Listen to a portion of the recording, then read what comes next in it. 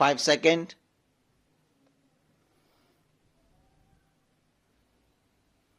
Start. I am thankful to you for having given me this opportunity long last to say a few words on the budget. Already much has been said, and I think the finance minister has come in for his share of congratulations as well as criticisms. So there is not very much to say, but I should like to say a few words. The increased development expenditure and the absence of any new taxation has entered for the budget a good response even from the businessmen. I especially welcome the relief given to the middle class by raising the exemption limit of income tax in respect of personal information. No doubt this is some relief to the middle classes.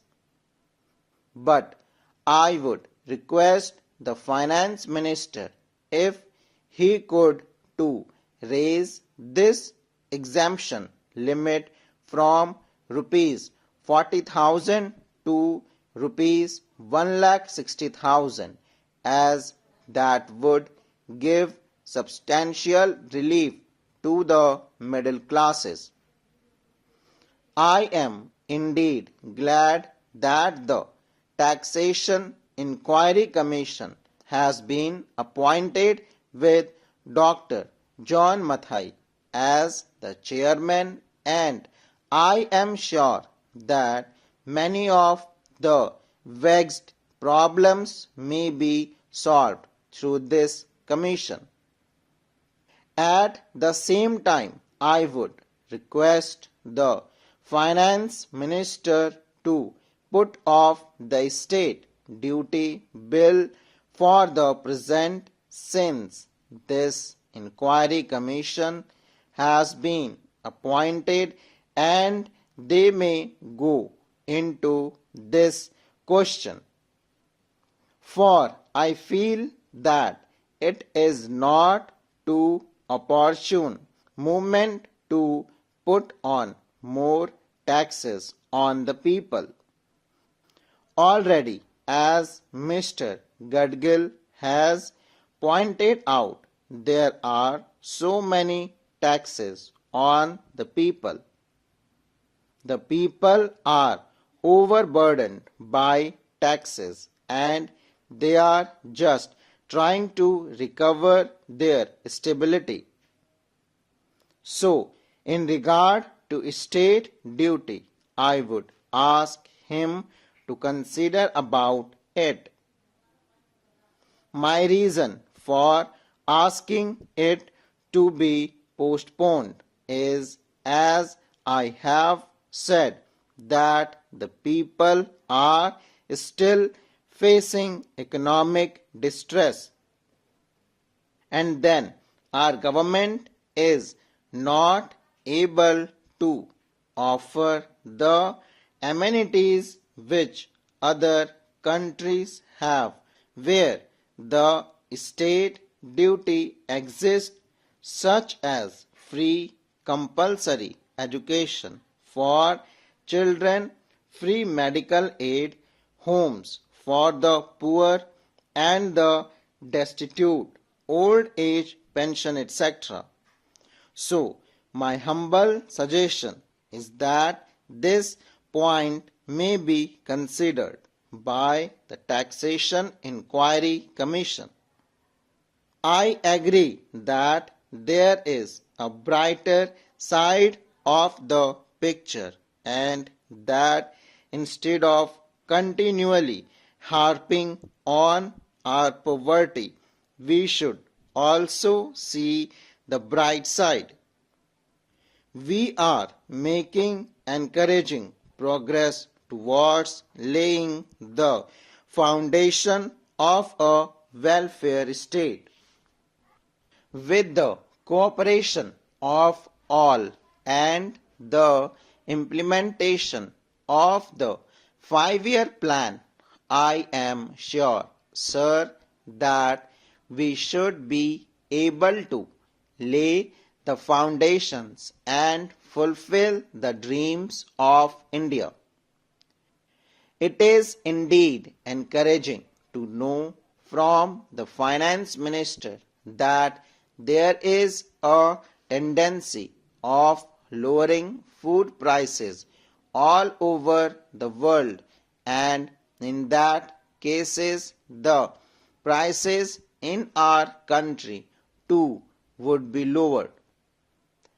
Regarding defense, for obvious security reasons, I do not agree with my friends who say that the expenditure should be curtailed.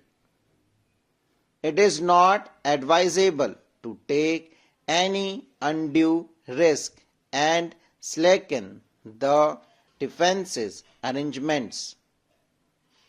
Indeed, defense is one of our valuable assets, although strange to say, there seems to be adverse opinion in some quarters.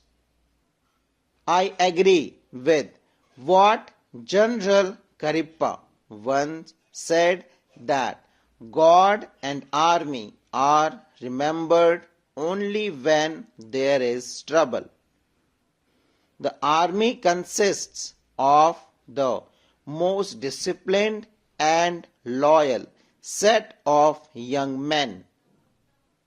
It would not be proper to effect economy in the pay of these behaved officers, as it would not be an incentive for the right type of young men to join the army, and it would become ineffective and inefficient. I believe already officers who were drawing rupees 14,000 as their pay are now getting only rupees 17,000 and about rupees 1,000 as allowance. That is, they are getting about half of what they were getting before. It is very hard for those officers on field duty to establish separate establishments for their families and for their children, and I would especially appeal to the finance minister to see that the family allowances may be restored to those officers who are on field duty. Economy in army could be effected in other ways. There is scope for more efficient operation of defense industry, which processes seems slow, and by purchase policy of utilizing goods and stores indigenously manufactured. Preference should be given to country-made war material such as could be produced here, and they would be cheaper than foreign-made goods.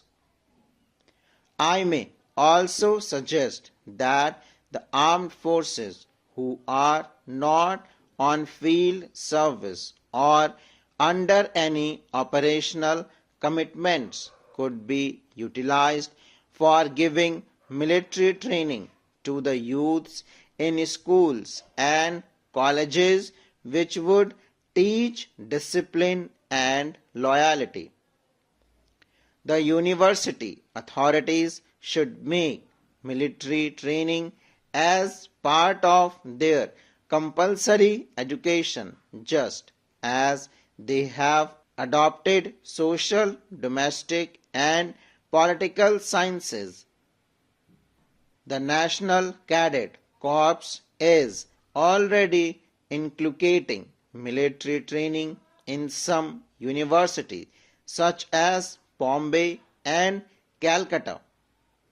But if military training is made compulsory for our university students, it will go a long way. Full stop.